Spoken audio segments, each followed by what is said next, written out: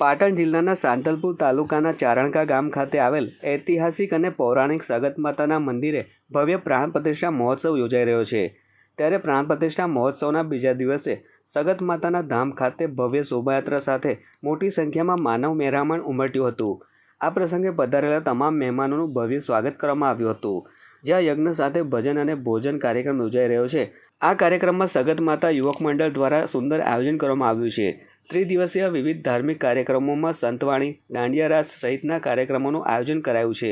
આ પ્રસંગે મોટી સંખ્યામાં સાધુ સંતો અને નગરજનો ઉપસ્થિત રહ્યા હતા।